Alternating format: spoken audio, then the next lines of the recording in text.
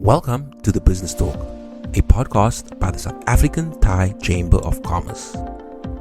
My name is Carl Daniels, a director at the Chamber. In each episode, we spotlight a member to hear more about their business and area of expertise. Stay tuned. So today on the podcast, we speak into Nicholas from Heil. Nicholas, how are you doing today? Very well, thanks. Awesome. Nicholas, do you want to tell us a bit about, first of all, who is Nicholas? And then tell us about your company. I think to start with, I was born in Malaysia, originally from Malaysia. And I grew up in Australia and then did my whole education in Australia and migrated back to Asia in 2005. Came to Thailand 2008. And ever since that, I've been pretty much based in Thailand. But over the 20 years, I have been very active and very specialized in the automotive sector. Now, I assumed the position as president of Heil Trailer Asia in 2023. The key focus with Heil Trailer Asia obviously is to lead the company's strategic growth and operational transformation across global markets outside of the Americas. So geographically, I have the responsibility to manage up to 166 countries outside of the Americas, of which we currently supply to 85 countries. So, in summary, 20 years of international experience, strong track record in driving business transformation, market expansion, new venture startups across a diverse number of industries, including automotive, heavy machinery, industrial manufacturing, and telecommunications. It's quite interesting, like my background, my background where I started off in the telecommunications sector before I joined the automotive sector. My exposure span across key regions in Africa, Asia, the Middle East, Oceania, and of course the United States. So giving me a very good global perspective, deep across, multicultural business acumen. And at Heil, I'm responsible for advancing the company's diversified growth strategies. One of the key focus areas to expand our global footprint, appointing and strengthening our channel partnerships, and of course, to deliver integrated solution across sales, engineering, manufacturing, and distribution. Interesting, first of all, experience, right? Like you said, you come from telecommunications into obviously the automotive cars. I think it's very interesting overall, but also the fact that, like you said, you spent 20 years in Australia, and I think that also obviously helped you understand or have more global perspective living across different countries or in different countries. Tell us a bit about Heil. What makes it stand out in the market? I mean, to sum it up, how is it, we build premium specialty trailers, especially in aluminum and stainless steel, and we deliver them fast. That's one key factor, that we are celebrating 125 years anniversary for Heil. So it's been around since 1901. And in Asia itself, we first established our facility in Asia, in Thailand, back in 1995. So giving us 30 years presence in Asia out of our facility in Ayutthaya. I think it's very interesting. Like you said, first of all, it's a company that's been around for 125 years. And obviously being in the market for that long, you guys must be doing something correct, right? So I really like that. Now, you also made reference to, first of all, you guys deliver premium trailers, but you delivered it fast too. So I love that, right? So would you say that these are some of the most important advantages that you guys have, and also what you think has made the company stay a dominant force in the industry for 125 years. Well, putting us as one of the pioneers in tanker manufacturing, we have always built on its heritage, learned from our mistakes from the very early years, and also from their progress with innovative products. Obviously, I think I can recall back in 1940, the company was one of the very first to introduce the aluminum trailers and tankers. So, as part of the innovation of the group, the mentality, we are always finding better ways to continuously improve our product offering, our solution. And of course, one of the key things that we're just not your normal manufacturer or your factory. We focus on solutions. Every day, our customers, whether they are fleet operators, they face challenges every day. I think one of a good example is how do they constantly find ways to reduce the weight loading, the load distribution of these equipment they invest in. So, one of our key expertise in the engineering and design side and our research and development, we can constantly find ways to improve that product offering. And one of the uniqueness of how, based out of Thailand, we serve today 85 countries. So you can imagine, of 85 countries, we supply these called our tanker solutions. It has to meet every single code and compliances and regulations of each and every one of these countries.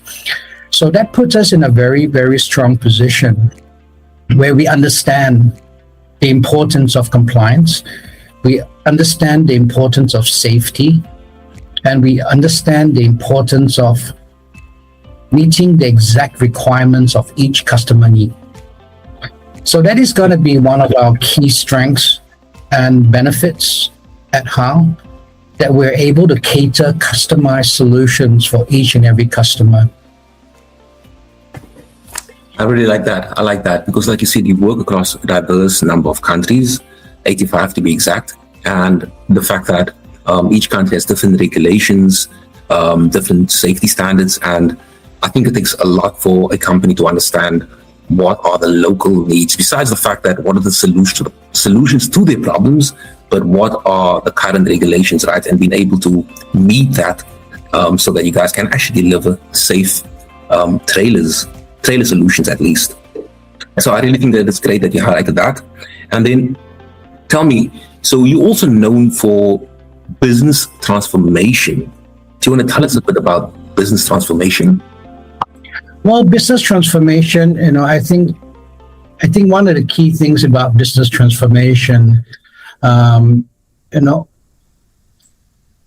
talk a lot about transformation because manufacturing can't be set and forget anymore. For us, transformation is a growth strategy. It's part of leaning off our 125 years of heritage.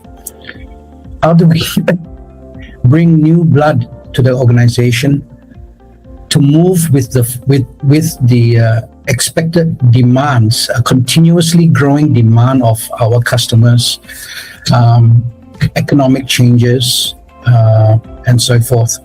So the transformation doesn't just lie on people, but it's the people, the customers that we deal with, the solutions that we introduce across time,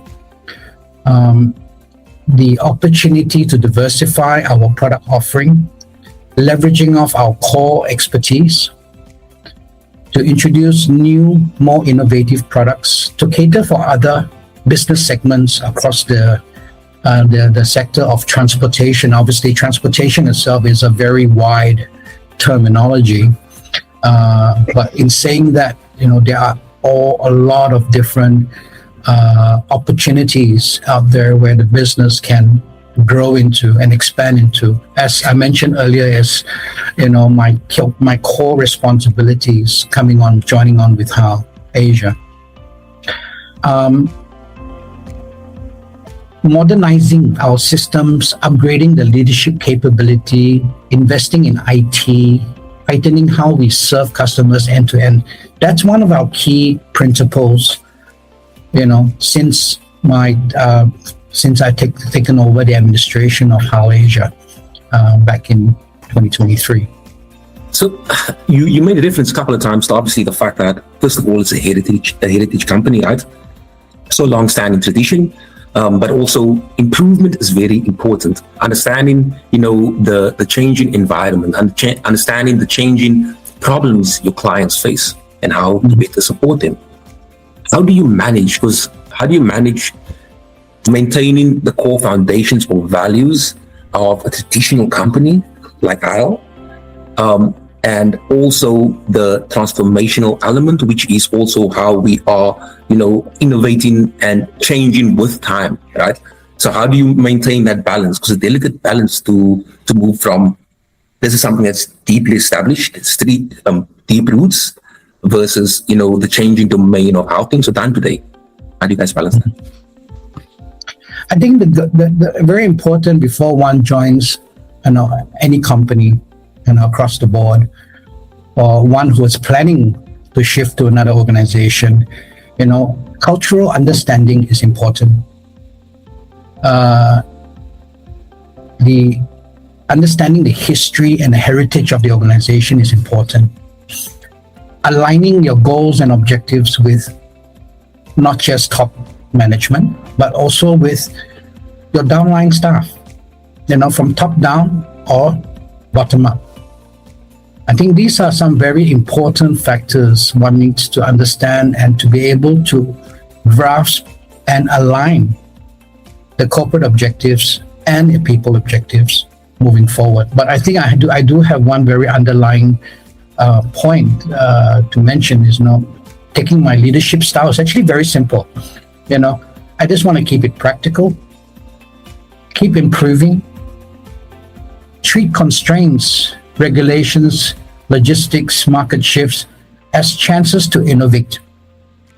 So I always go with a motto, continuous improvement is good enough, but it's a never-ending ceiling.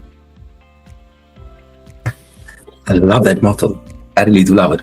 I also love the fact that you had mentioned, constraints are simply calls to innovate, right?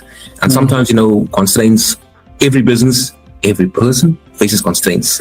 And it's very important because it's not just how things are done or it has been done, but how do we incorporate what is out there or what is upcoming, right? While also understanding the culture and the history of the company that you are embedded in and the country as well, right? I think that is also very important. So I love that answer. How does this trickle down into your workplace culture? You mentioned both top-down and bottom-up, approaches to leadership, which is quite unique. As somebody who's also been living in Thailand, at least, I typically see top-down approach, right? So how do you incorporate that in your company today? Well, I could share an example. When I first joined the company back in 23, I spent a lot of time on the ground, understanding the people's, what do they do, what do they enjoy in life, what do they enjoy about a company. I have to say that there's actually a lot of long-serving and standing staff in the organization has been around for decades. The longest 30 years in the organization from the very beginning in 1995, especially the facility in Thailand. It speaks for itself that people do love the company. They do love what they do. I think the continuous passion, if their passion continues to grow for what they love in their jobs, what they do every day. I mean, they spend more than half their life in the company, working every day. So this is a second home to them. So I think, for me is, if you got a you got to treat this home workplace your home. So to give that family warmth, to give that the feeling of respect, give the feeling of obviously discipline is important in everything you do, whether it's for work or for the professional level. But the most key factor here is to listen. With listening, you'll be able to then understand and balance the core objectives of the organization and your team. So I always take that first approach. Obviously, there is never what we call a perfect formula. But I think to start with is to listen, to digest, to relate, to resonate. And then with that, to get a collaborative input before a decision is made. So I think that's very important, for where I am today, and also for others, who are listening, who are looking to take on a role or a function on transformation or change management. It's never an easy role. But there are definitely ways to innovate and take opportunities to continuously improve. Thanks for that answer. Now, question based on that. I love the fact that you had highlighted the importance of, first of all, getting or interacting with people on the ground, right? Because they can see what works, what doesn't work, what issues they are facing, their love for their job, like you called it, the second home. So understanding the people, and important in that entire process is listening. But listening is not something that, first of all, we all listen. We're born with the ability to listen at least, but it requires active listening, right? Where I'm actually listening and being able to digest, as you made reference to. Where do you think that skill developed from? Because it definitely is a skill. Can you recall a time when that skill developed, or how you did develop that skill? I guess that's, that skill needs, is developed over time through experience. It's important. Being with several organizations over the last 25 years, every organization has its pains and gains. But one memorable time was when I had a mentor going back to probably in the early 2000s, where I learned a lot from this mentor, back in the telecommunication days, where we were trying to sell very complex digital recording systems for BPOs, call centers. That is a skill that the listening is key, because every intricate detail from the customer's challenges had to be captured and had to be then translated into the solution we are offering. So, you're talking about, having an audience of 100 people or 1,000 people sharing the pains and challenges that they are experiencing in a call center environment back those days, before AI, is in play today. It's a very different world back then. So the skill of listening then is much more important, especially as a lot of companies are evolving, improving, and adopting new technology. And so that's where I got I gained a lot of those skill sets back then. Thanks for that answer. And I think that you made reference to your mentor, and sometimes being in the, like I said, being able to understand the problem that these call centers were facing, right? You need to listen. You need to be able to listen so you can tailor your approach. And being a great listener is necessary for designing great solutions. Right. Then moving to the topic of social media. So you're quite active on social media, and you make reference quite often to growth mindset. Speak to us a bit about growth mindset. I know you made reference to improvement during this podcast, but maybe you can tell us a bit about what that means to you and where it really stemmed from. Okay. Growth mindset basically from me is I'm very visionary in person, but pragmatic. Transformation, obviously, it involves a structured path to sustainable growth. So growth is always one of my favorite topics, whether I'm in a social environment or in a professional environment, I always talk about growth, whether it's a personal growth, development, whether it's a mindset change environment, and so forth. One needs to have a vision. Without a vision, you don't have a path or a structured direction. Then, of course, with having a vision in play, but being pragmatic at the same time, you need to have the mindset of how can I do it better?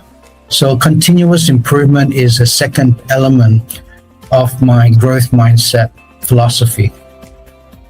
So as I mentioned earlier, good enough is never the ceiling. Okay. So it happens today, every day, when I talk it in a social environment or in a family environment, even when I talk to my son, I use the same concept, the same philosophy, but in a different context. And of course, last but not least, opportunity focus. If you're not opportunity focused, then you can never grow out of that.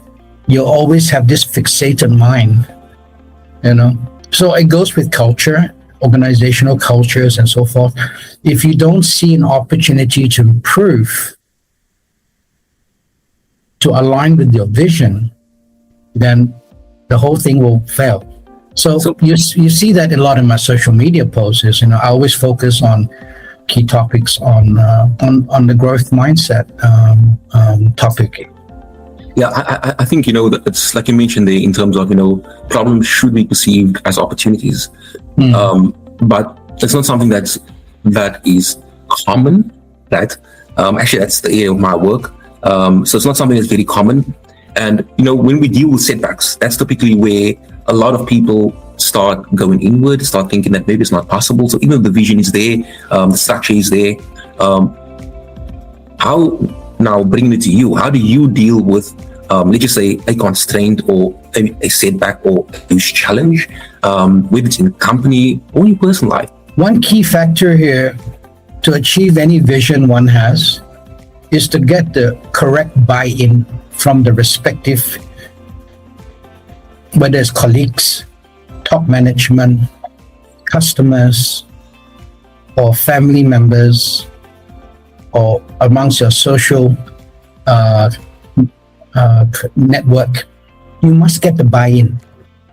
Without the buy-in, it's very hard to move forward. So whether you get the buy-in, then it comes down to what are the tactical points, what are the execution points that one needs to take. Now that's where the buy-in, the network that you've got the buy-in from, is going to be able to share ideas, constructive experience that they may have for you to formulate the right strategies to execute your plans. So I guess, for me to sum it up, I'll say you must get the appropriate buy-in from the right parties or the audience that you're trying to speak to.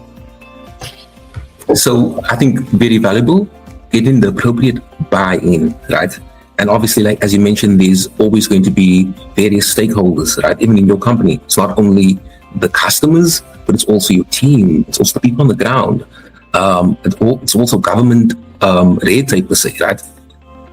Now, how do you get the buy-in? Is it simply sales orientated, or how do you typically, if we're just using that as one typical example, a lens of what is your typical approach when you say, I need to get buy-in? Well, first, I think one will need to share the vision first. with the stakeholder that you are speaking to.